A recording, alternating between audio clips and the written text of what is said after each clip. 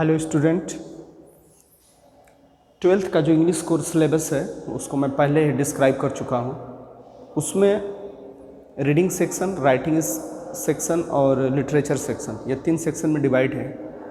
उसमें जो writing section है वो काफ़ी हेल्दी है और जैसा कि आपको पता है ग्रामर सेगमेंट है नहीं इसमें, तो आपको रीडिंग, राइटिंग और लिटरेचर वाले सेगमेंट पे ही फोकस करना है। लिटरेचर हम लोग स्टार्ट भी कर चुके थे, जब क्लासेज स्टार्ट हुई थी तो फिर कुछ वीडियोस भी आपको मिले। एंड आज मैं राइटिंग स्किल को टच करने वाला हूँ। तो राइटिंग स्किल एक बड़ा सेगमेंट है और उसमें क्या क्या है इसको आइए आज देख लेते हैं।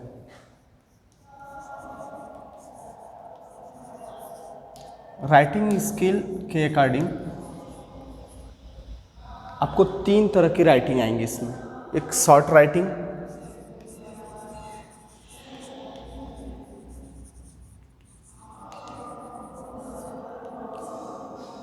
लॉन्ग राइटिंग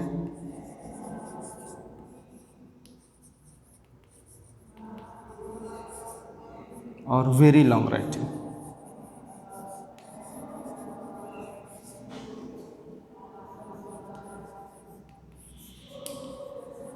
अब देखिए इसमें,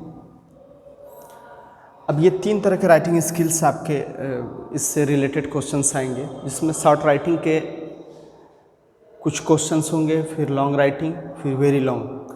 तो शॉर्ट में बहुत सारे कंटेंट हैं, लॉन्ग में भी कंटेंट है, जिसमें केवल लेटर है, केवल लेटर्स हैं,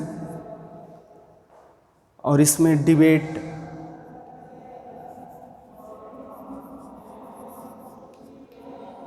आर्टिकल, स्पीच और शायद एक कंटेंट और कुछ होगा, रिपोर्ट होना चाहिए।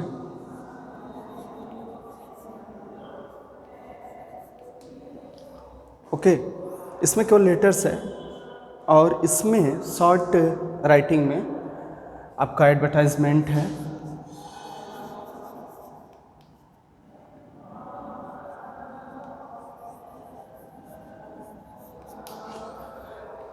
And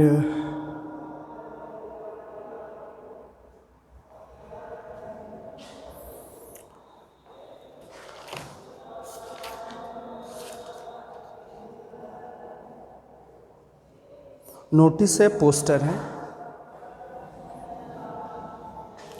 notice, poster. इसमें से कुछ चीज़ें आप पहले पढ़ भी लिए हैं, फर्स्ट ईयर में था। और एक छोटा सा टॉपिक और है, इनविटेशंस।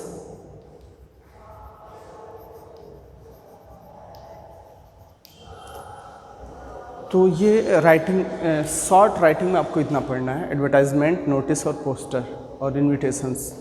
लॉन्ग राइटिंग में लेटर्स पढ़ने हैं और इसमें आपको आर्टिकल है, स्पीच है, रिपोर्ट है और डिबेट है। तो सबसे पहले आज हम सोच रहे हैं कि इसको स्टार्ट कर दें। शॉर्ट राइटिंग के अकॉर्डिंग जो ये टॉपिक्स हैं, इसमें एडवर्टाइजमेंट है, इसको आज हम स्टार्ट कर देते हैं। तो आइए ध्यान से देखिए एडवर्टाइजमेंट क्या होता है।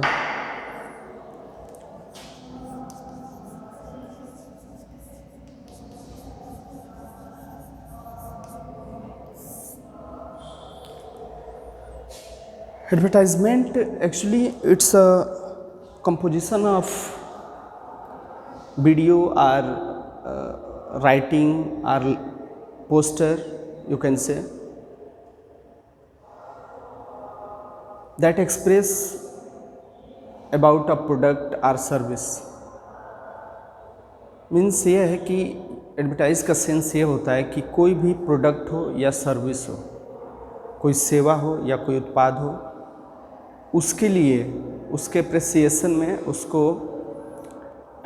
उसके कुछ क्वालिटीज़ को एक्सप्रेस करने के लिए, उसके वर्चूज़ को एक्सप्रेस करने के लिए एक शॉर्ट कंपोजिशन तैयार किया जाता है जो अट्रैक्टिव हो और जिससे उसको आसानी से उसके क्वालिटीज़ और वर्चू और प्रिंसिपल्स को आसानी से बताया जा सके उस वीडियो या उस लेटर या उस पोस्टर के माध्यम से या उस नोटिस के माध्यम से। तो ये एडवर्टाइज कहलाता है। इसमें शॉर्ट कंपोजिशन एक पोस्टर का भी हो सकता है, एक नोटिस हो सकता है, एंड एक फिल्म भी हो सकती है, एक पिक्चर भी हो सकता है। जैसे आजकल आप ऐड देखते हैं जो वीडियो वाले ऐड होते हैं, यानी एडवर्टाइजमेंट जो आप टेलीविज़न देखते समय जो बीच बीच में ब्रेक आते हैं उसके दौरान जो दिखाए जाते हैं किसी प्रोडक्ट के एडवर्टाइजमेंट के रूप में, तो वो सारे एडवर्टाइजमेंट ही हैं। इसको शॉर्ट में हम लोग ऐड बोलते हैं। तो एक्चुअली हमको वो डिजिटल ऐड नहीं पढ़ना है। आपको मैं कोई वीडियो बनाना नहीं सिखाऊंगा कि किसी उत्पाद को बेचने के लिए कैसे आप वीडियो शूट करेंगे। Actually this is a part of add also, but यहाँ पे उस तरह के ऐड की चर्चा नहीं होगी। यहाँ पे केवल जो ऐड न्यूज़पेपर में पब्लिश होते हैं उस ऐड को हम लोग यहाँ पे देखेंगे। तो सबसे पहले हम बता दें आपको कि ऐड जो होता है वो दो तरह का होता है। एक डिस्प्ले एडवर्टाइजमेंट होता है और एक क्लासिफाइड एडवर्टाइजमेंट। तो we read only about classified advertisement. अब क्लासिफाइड जो एडवर्टाइजमेंट होता है वो कितने तरह का होता है। अब इसके टाइप्स का मतलब ये हो गया कि कितने तरीके से ऐड को बनाया जाता है।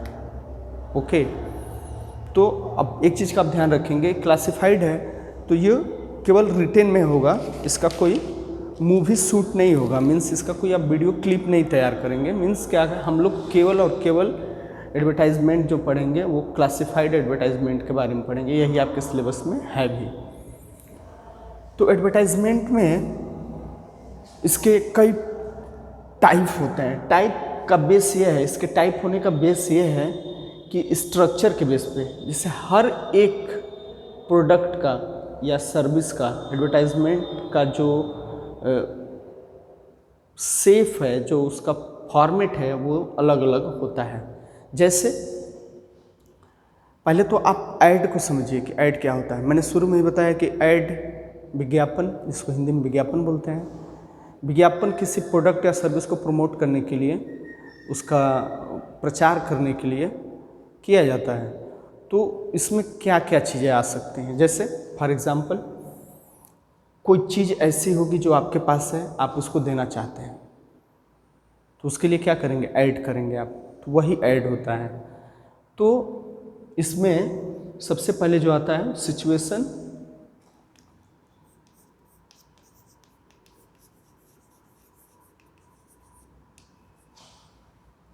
Situation wanted, vacant and wanted. पहले वैकेंट लेते हैं, situation, vacant and situation wanted.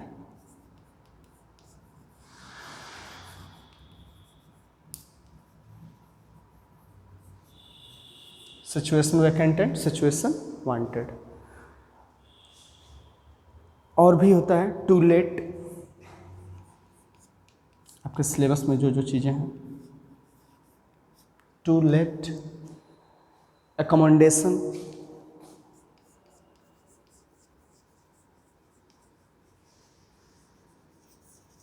Accommodation advertisement, ये सारे एडवर्टाइजमेंट के टाइप्स हैं। यू कैन से सेल होता है, कई जगह आप देखे होंगे कुछ चीज़ें सेल के लिए होते हैं, तो उसका सेल का भी एडवर्टाइजमेंट होता है। और उसमें परचेज का भी हो सकता है, तो सेल परचेज दोनों का हो सकता है। ओके,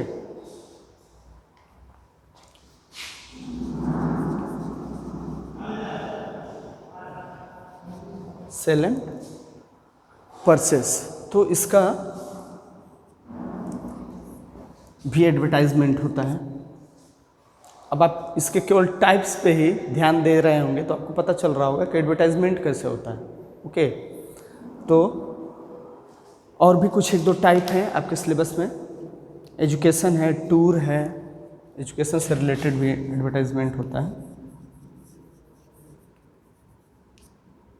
टूर है, tour and travels, machinery for sale, तो वो सेल में ही आएगा। लॉस्ट एंड फाउंड होता है, एडमिशन नोटिस होता है। Okay,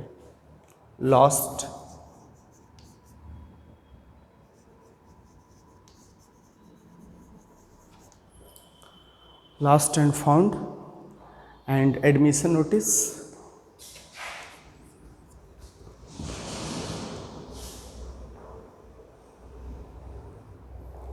admission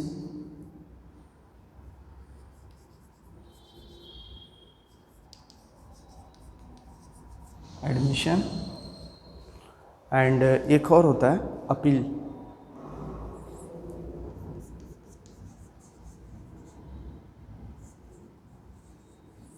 okay,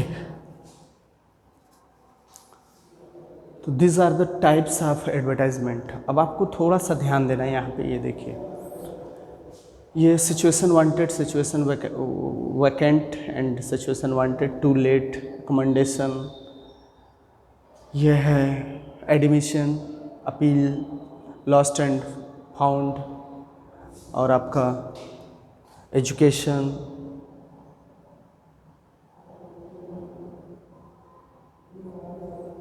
and sale और परचेज।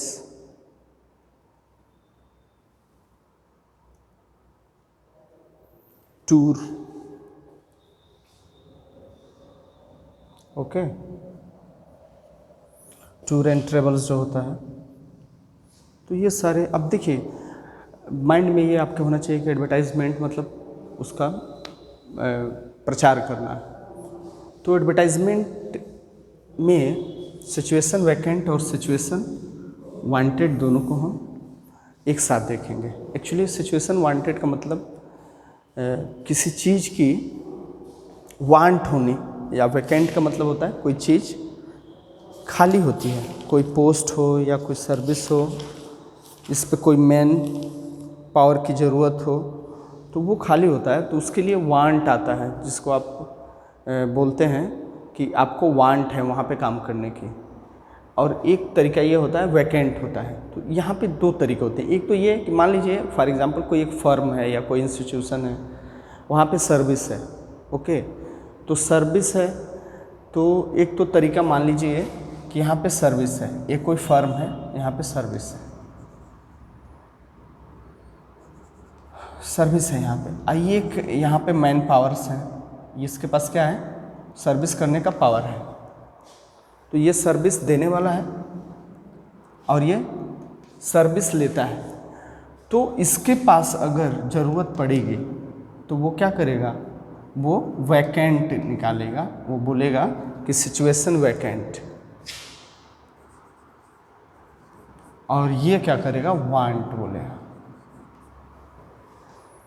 तो देखिए एडवर्टाइजमेंट दोनों तरफ से हो सकता है। ओके, ये जो इंस्टीट्यूट है या कोई फर्म है या कोई ऑर्गेनाइजेशन है या कंपनी है, यहाँ पे वांट है, तो ये वैकेंट, यहाँ पे सिचुएशन वैकेंट होगा, और यहाँ पे भी वांट है, तो पर्टिकुलर इस पर्सन को वांट है। किस चीज़ की वांट है, यहाँ पे कंपनी को वांट है, यहाँ पे पर्सन को वांट है। तो इस वाले वांट को सिचुएशन वांट बोलते हैं, सिचुएशन रिक्वायर्ड, और यहाँ पे सिचुएशन वैकेंट बोलते हैं, क्योंकि यहाँ पे खाली है, वहाँ पे जो पोस्ट है वो क्या है, खाली है। तो उसके लिए वो ऐड करता है, अपने पोस्ट को फिल करने के लिए या अपने सेवा को पूरा करने के लिए ऐड करता है। और ये व्यक्ति भी ऐड करता है, ये भी विज्ञापन देगा कि मेरे अंदर सेवा करने का ढंग है, I have talent to serve your for institution, so please consider about me. तो इस टाइप का अपने जो भी प्रेफरेंस होंगे उसको बताएगा, अपने जो क्वालिफिकेशंस होंगे उसको बताएगा, और ये वो तो बता करके बोलेगा कि हमको कोई ले लो, अगर आपको ऐसी सेवा की ज़रूरत है तो मुझे ले लो, मैं खाली हूँ, मैं सेवा दे सकता हूँ, मेरा ये कंडीशन है। और इसके पास बोलेगा मुझे ऐसे आदमी चाहिए जिनके पास ये क्वालिफिकेशन हो, ये कर सकता हो, ये एक्सपीरियंस हो, उसकी मुझे ज़रूरत है, वो मेरे पास आ सकता है। तो दोनों तरीके से ये एडवर्टाइजमेंट क्रिएट होता है। तो सिचुएशन वांट और सिचुएशन वैकेंट। तो सिचुएशन वैकेंट, अब देखिए एडवर्टाइजमेंट बनाने का एक फॉर्मेट होता है, स्ट्रक्चर होता है, तो उस फॉर्मेट पे आप बनाएंगे तो कुछ रूल्स होते हैं, थोड़ा बहुत उसको आपको ध्यान में रखना है। अदरवाइज आप एक टॉपिक पे अगर एक एडवर्टाइजमेंट क्रिएट कर लेते हैं तो आपको फॉर्मेट पता चल जाएगा, बाकी फॉर्मेट सेम रहता है। सिचुएशन वैकेंट का आप देखिए, सिचुएशन वैकेंट में किस तरह के एडवर्टाइजमेंट राइट किए जा सकते हैं। इसमें मान लीजिए कि कोई इंस्टीट्यूट है, कोई फर्म है, कोई कंपनी है, उसको मैन की ज़रूरत है, मैन पावर की, तो वो क्या करेगा, सिचुएशन वैकेंट का एडवर्टाइजमेंट निकालेगा। तो उसमें एक स्कूल भी, एक इंस्टीट्यूट भी, एक कंपनी भी इस तरह के ऐड निकालती है केवल सर्विस के लिए। ओके, तो अक्सर आप लोग अखबार में देखते होंगे कि कोई स्कूल का नाम छपा होता है, फिर वो निकालती है ऐड कि हमें, हाँ यहाँ पे वैकेंट सीट है फॉर दिस पोस्ट और फॉर दिस पोस्ट, तो ऐसे करता है। तो इसके लिए कुछ क्राइटेरिया हैं, कुछ रूल्स हैं जिसको ध्यान में रखते हुए इसका ऐड पब्लिश किया जाता है। इसमें सबसे पहले हम ध्यान देते हैं सिचुएशन वैकेंट के लिए। इसमें स्टार्ट होता है वांटेड से या रिक्वायर्ड से, या तो वांटेड आप लिखेंगे कि वांटेड, इससे जो भी आपको ज़रूरत है, उस फर्म को या कंपनी को जिस चीज़ की भी ज़रूरत है, सबसे पहले वांटेड वो लिखेगी, वांटेड से स्टार्ट करेगी, यानी वांटेड लिख करके, या रिक्वायर्ड,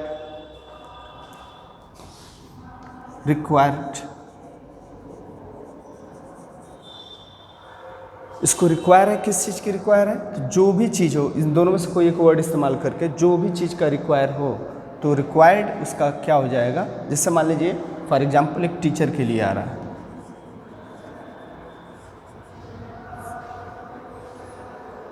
तो वो लिखेगा कि वांटेड टीचर या वांटेड रिक्वायर्ड टीचर, ऐसे लिखे। अब इसमें थोड़ा सा भूल मत करिएगा कि ये वांटेड है तो वैकेंट वाले में वांटेड क्यों लिख रहे हैं। देखिए वांट तो उसकी भी है, लेकिन उसकी वांट जो है, उसकी का सेंस मतलब उस स्कूल की या उस इंस्टीट्यूट की या उस कंपनी की। मान लो किसी कंपनी को मैनेजर की ज़रूरत है, या एक वर्कर की ज़रूरत है, सुपरवाइज़र की ज़रूरत है, ठीक है।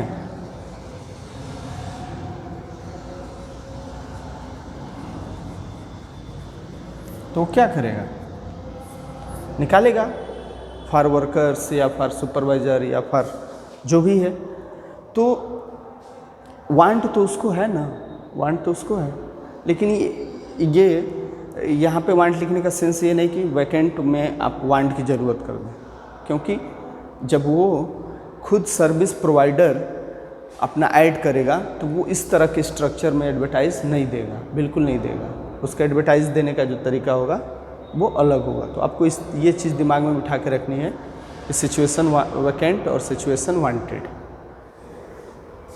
मैं इस पे इतना फोर्सली इसलिए समझा रहा हूँ कि कभी कभी ऐसा होता है ना, कभी कभी तो क्वेश्चन में ये सब आपको जानने की ज़रूरत नहीं पड़ेगी, क्योंकि आपको डायरेक्ट वो कंडीशन अप्लाई करके क्वेश्चन क्रिएट करता है कि कोई नाम मेंशन करेगा कि फला रमेश है जो एक सेवा प्रदान करना चाहता है, जो MA और BEd है, वो एक शिक्षक की योग्यता रखता है और उसके पास 3 साल का एक्सपीरियंस भी है। वो किसी विद्यालय उसका नाम मेंशन कर देगा, उसके लिए योग्यता रखता है और वो वहाँ सर्विस देना चाहता है, तो उसके लिए वो एडवर्टाइजमेंट कैसे क्रिएट करेगा। तो ऐसे पूरा दे दिया तो फिर आपको फॉर्मेट तो समझ में आ गया कि कैसे लिखना है। अगर आप, लेकिन वो आएगा किस में, तो सिचुएशन वांटेड में आएगा। अगर रमेश को एक स्कूल में जाने के लिए एप्लीकेशन है, एक ऐड देना है, एप्लीकेशन नहीं देना, एप्लीकेशन तो दूसरा प्रोसेस हो गया। ऐड देना है, एप्लीकेशन देना और ऐड देना है। एक सर्विस को पाने के लिए आप ऐड देते हैं, एक सर्विस को पाने के लिए आप एप्लीकेशन देते हैं, तो दोनों में बहुत डिफरेंसेज हैं। एप्लीकेशन देना एक दूसरी प्रक्रिया हो गई और ऐड देना एक दूसरी प्रक्रिया हो गई। ऐड क्या होता है, सार्वजनिक होता है और वो किसी पर्टिकुलर एक पर्सन के लिए नहीं होता है। अब किसी एक विद्यालय के लिए आप ऐड क्यों देने जाएंगे, आप तो उसके लिए एप्लीकेशन देंगे। लेकिन अगर आपको ये बात ऐसे ही एक्सप्लोर करनी हो, ऐलानी बात बोलनी हो कि मुझे कोई रख सकता है, मेरे पास ये टैलेंट है, मैं ऐसी सेवा दे सकता हूँ, तो वो ऐड होगा। अगर आपको पर्टिकुलर किसी एक जगह पे जाना है तो वहाँ के लिए आप ऐड नहीं करेंगे, वहाँ के लिए आप एप्लीकेशन देंगे। तो इसको तो मैं यही बता रहा था कि कभी कभी क्वेश्चंस ऐसे डायरेक्ट एक्सप्लेन करके देता है तो फिर उसमें आपको बहुत दिक्कत नहीं होती है, और वहाँ पे आपको ये जानने की ज़रूरत भी नहीं होती कौन सा टाइप है, सिचुएशन टाइप है, सिचुएशन का वैकेंट टाइप है कि सिचुएशन का वांटेड टाइप है, या फिर कैसा है। No need to know about all things. But कभी कभी अगर बाय द वे ऐसे क्वेश्चंस आता है कि सिचुएशन वांटेड के बेस पे आप एक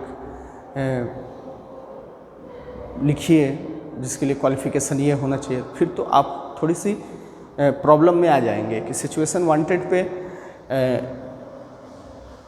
एक आपको एडवर्टाइजमेंट क्रिएट करना है तो जिसका कुछ कंडीशन दे दें कि सिचुएशन वांटेड पे एक एडवर्टाइजमेंट क्रिएट करिए जिसमें एक टीचर हो जिसकी योग्यता, जिसका जो क्वालिफिकेशंस हो वो मेंशन कर दे कि MA BEd हो और उसे 3 ईयर का एक्सपीरियंस हो।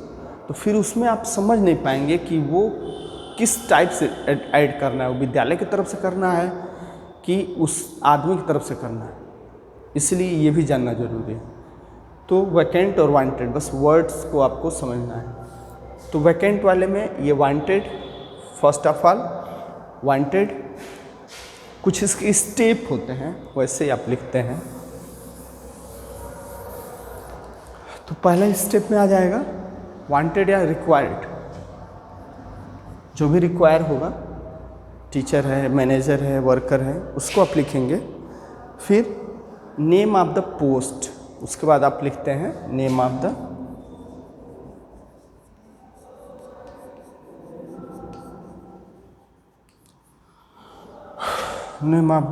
पोस्ट। फिर लिखेंगे क्या,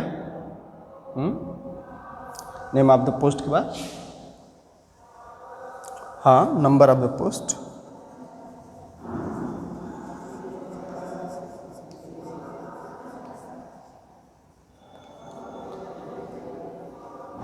अब देखिए नेम नंबर।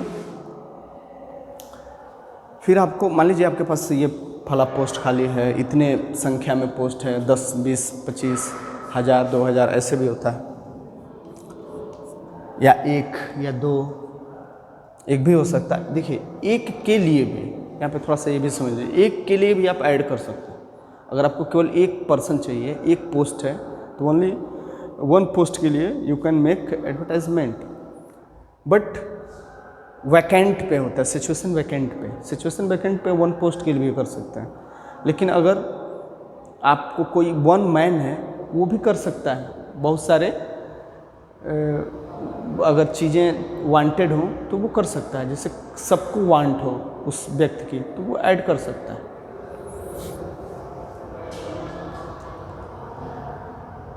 बट उस पर्टिकुलर उसकी वांट अगर किसी एक जगह होगी, अगर उसकी वांट एक जगह, जैसे एक व्यक्ति जिसको एक ही स्कूल में जाना, तो फिर उसके लिए एडवर्टाइज़ क्यों करेगा वो? एडवर्टाइज का मतलब होता है अधिक से अधिक स्प्रेड करना, उसको फैलाना। विज्ञापन का मतलब यही होता है कि कोई एक प्रोडक्ट है, वो ज़्यादा से ज़्यादा लोग उसको जानें, आकर्षित हों उसके प्रति और उसको परचेज करें। तो इसीलिए तो उसको स्प्रेड किया जाता है। लोग लगा के पोस्टर बनवा देते हैं, दीवारों पर लिखवा देते हैं कि हाथ धोते रहिए लाइफबॉय साबुन से, तो क्या है, या उधर एडवर्टाइज आता है टीवी में, फिर आप अखबार खोलते हैं तो उसमें भी एक पोस्टर बना होता है। तो ये सब तरीका है मतलब ऐड करने का। वो क्या फैलाता है मतलब अपने मैसेज को।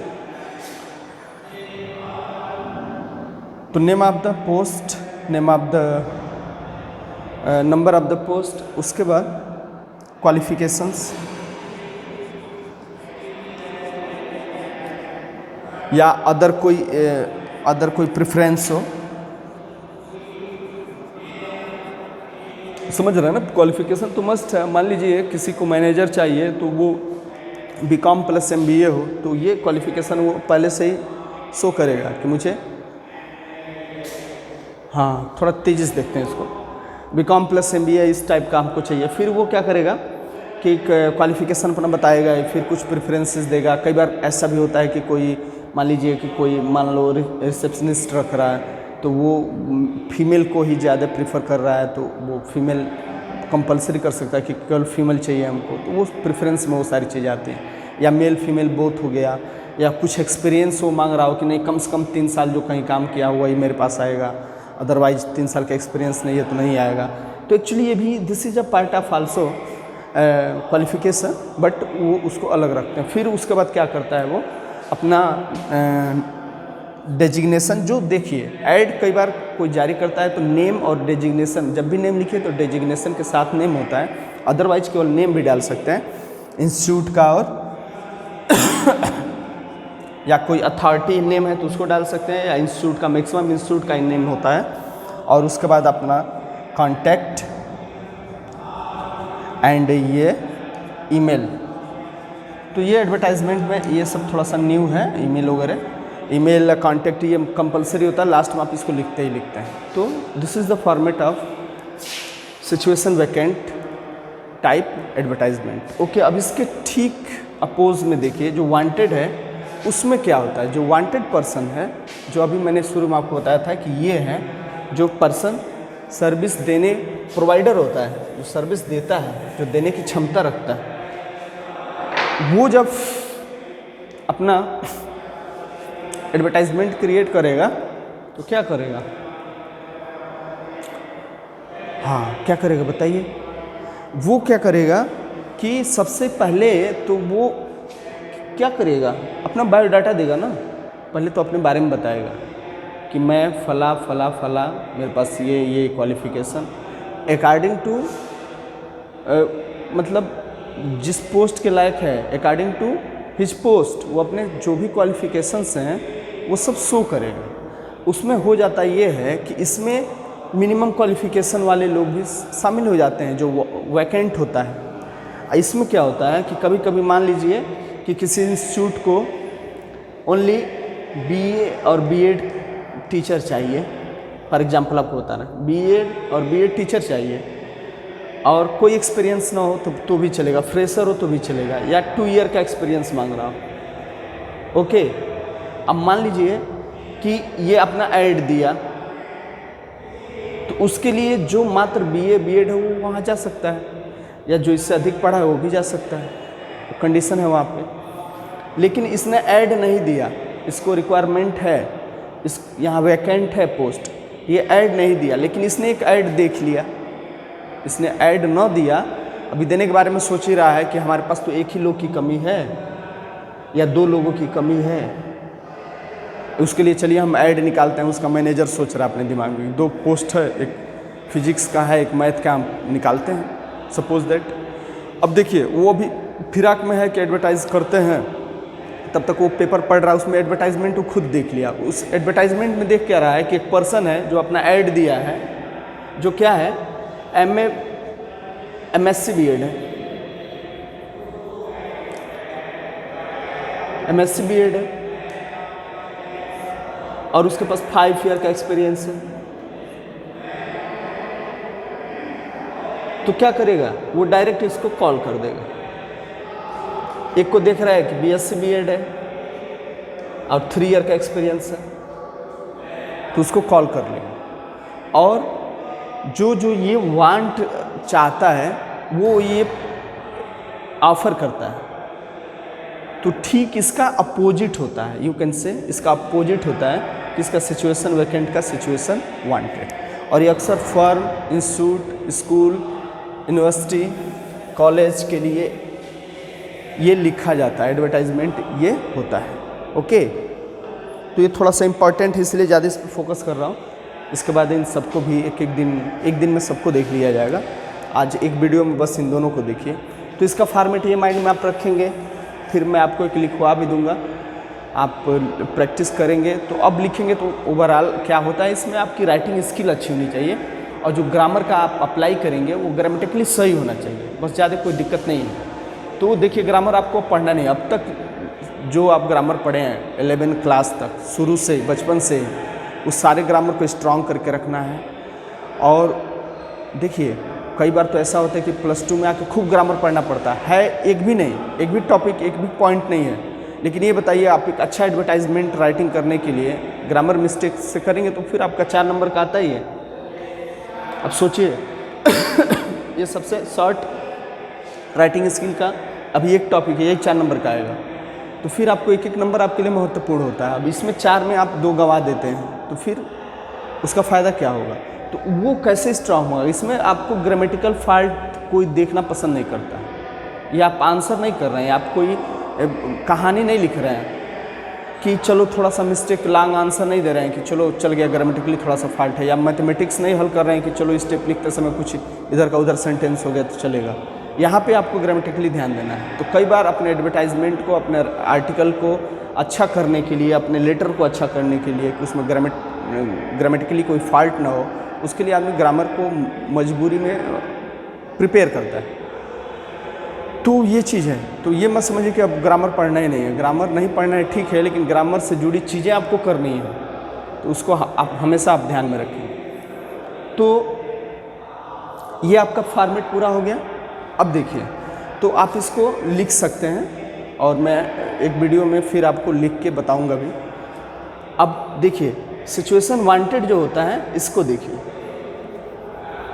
सिचुएशन वांटेड,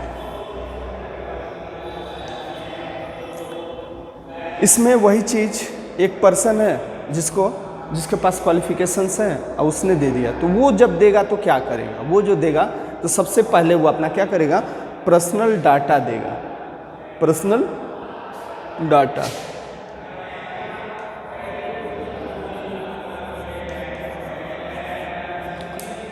पर्सनल डेटा देगा मीन्स इसको आप CV या रिज्यूमे या फिर बायोडाटा भी लोग बोलते हैं। ओके, मीन्स ये है कि वो अपना बायोडाटा देगा और फिर वो प्रेफरेंसेस देगा।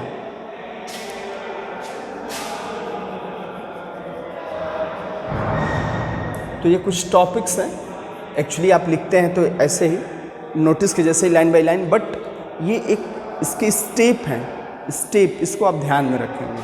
कोई चीज़ें इधर की उधर, ये नहीं कि पहले ही आप लिख दीजिए क्वालिफिकेशन, उसके बाद लिखिए इस पोस्ट के लिए, तो जिस आप फर्म से ये विज्ञापन जारी करेंगे वो आपका विज्ञापन अच्छा नहीं माना जाएगा, वो गलत होगा विज्ञापन। तो इस चीज़ का, इसीलिए मैंने इसको नोटिस करा दिया कि स्टेप ये होता है। स्टेप देखिए बहुत इंपॉर्टेंट होता है। अगर मान लीजिए मैंने कहा ना कि 2 नंबर आप गंवा देंगे, तो ग्रामर से ही बस गंवाएंगे, बाकी स्टेप वगैरह सही है, फॉर्मेट सही है, तो वही फॉर्मेट में क्या स्टेप फॉलो होता है। तो आपको बहुत गलत भी लिखे हैं, कई बार आप मैनेजर की स्पेलिंग गलत लिख दिए हैं, टीचर की स्पेलिंग गलत दिए, कुछ भी कर दिए हैं, तो वो क्या होता है, अपने क्वालिफिकेशंस आप लिख रहे हैं, उसमें कुछ मिस्टेक हो गया है, तो ध्यान तो जाता ही है, लेकिन फिर भी आदमी उसको इग्नोर करता है और आपको नंबर देता है। बहुत अच्छा फॉर्मेट होता है तो 3-3 नंबर तक मिल जाते हैं, लेकिन स्टेप गड़बड़ नहीं होना चाहिए, यही ध्यान रखना है। तो इसीलिए मैं इससे आपको, अब देखिए पहले पर्सनल डाटा देंगे। अब इसमें ये नहीं कि पहले मैं टीचर हूँ मुझे ले लीजिए, ऐसे नहीं, आपका क्वालिफिकेशन, प्रेफरेंस देंगे, देन आफ्टर और भी जो कंडीशंस हैं आप अपने तरफ से देंगे ना कंडीशंस।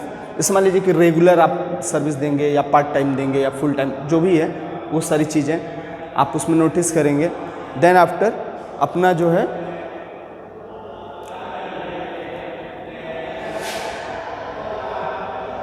यहाँ कंडीशन लिख देता हूँ।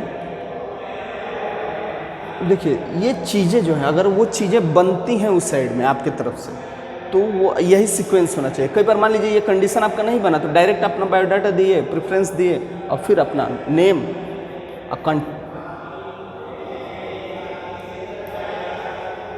कॉन्टैक्ट ईमेल वगैरह, कॉन्टैक्ट ईमेल को एक ही साथ लेके चलिए। ईमेल में बार बार लिखता हूँ, बहुत ज़रूरी होता है लिखना, ईमेल ज़रूर आप लिखेंगे। तो कोई भी अगर नहीं है तो कुछ भी लिख दिया जाता है @gmail.com करके या कुछ भी करके। अब देखिए, अब पर्सनल डाटा, अब मैं ये बता रहा था कि अगर कोई स्टेप मिसिंग है, मतलब वो आपके पास वो इन्फॉर्मेशन नहीं है देने के लिए, जैसे यहाँ पे कंडीशन मिसिंग है, तो मत लिखिए, वो सही है, लेकिन ऐसा नहीं है कि पहले प्रेफरेंस लिख के फिर आप पर्सनल डाटा लिखें, पहले नाम लिख दें फिर अपना वो लिखें, ये नहीं होना चाहिए। ओके, तो ये एक सीक्वेंस होता है, तो इसको ध्यान में आप रखेंगे। जैसे पर्सनल डाटा हो गया उसका, फिर प्रेफरेंसेज हो गया, कंडीशंस का मतलब हो गया जैसे मान लीजिए कि उसने बता दिया कि ये मेरे पास है क्वालिफिकेशंस, बायोडाटा, ऐसा हूँ ऐसा वैसा हूँ, फिर अपने बारे में पूरा बायोलॉजिकल के साथ साथ क्वालिफिकेशंस दे दिया, फिर प्रेफरेंस दे दिया, कंडीशंस क्या क्या हो सकते हैं। जैसे मान लीजिए कि कोई ऐसा आदमी हो वो सुबह से शाम तक वहाँ काम नहीं करना चाहता, उसके पास टैलेंट हो, वो उसके पास 2 घंटे समय हो, 2 घंटे समय देना चाहता हूँ, तो पार्ट टाइम बोलते हैं। बहुत सारे टीचर्स भी पार्ट टाइम होते हैं, तो पार्ट टाइम टीचिंग के लिए वो अपना ऐड देते हैं। तो बहुत सारे इंस्टीट्यूट उनको एज अ गेस्ट टीचर या फिर एज अ वीक में 2 दिन या पर डे 1 पीरियड के लिए हायर कर लेते हैं, तो वो कंडीशन अप्लाई करता है। या यहाँ कंडीशन में सैलरी वगैरह भी चीज़ें आ जाती हैं कि उसने कंडीशन दे दिया कि हम इतने रुपए लेंगे तो फिर काम करेंगे, ओके। और तो वही कंडीशन होता है, ओके। जो यहाँ प्रेफरेंसेस पे बीच में यहाँ भी कंडीशन आ सकता है, ओके। तो उसका जो स्पेस होगा वो यहीं होगा, ओके, प्रेफरेंस के बाद।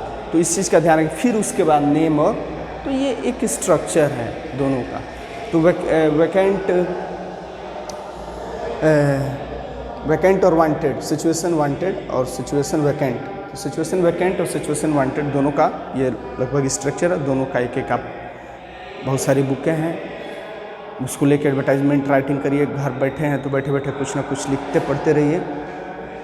काफ़ी बड़ा वीडियो हो गया एक्चुअली, मैं थोड़ा सा इस समय डल फील कर रहा हूँ अभी। जस्ट पता नहीं क्यों क्लासेज चलती रहती हैं तो एनर्जी रहता है, और फिर क्लासेज नहीं चलती हैं तो चलिए अब वीडियो बनना शुरू हुआ है, आपको अच्छे अच्छे वीडियो मिलेंगे।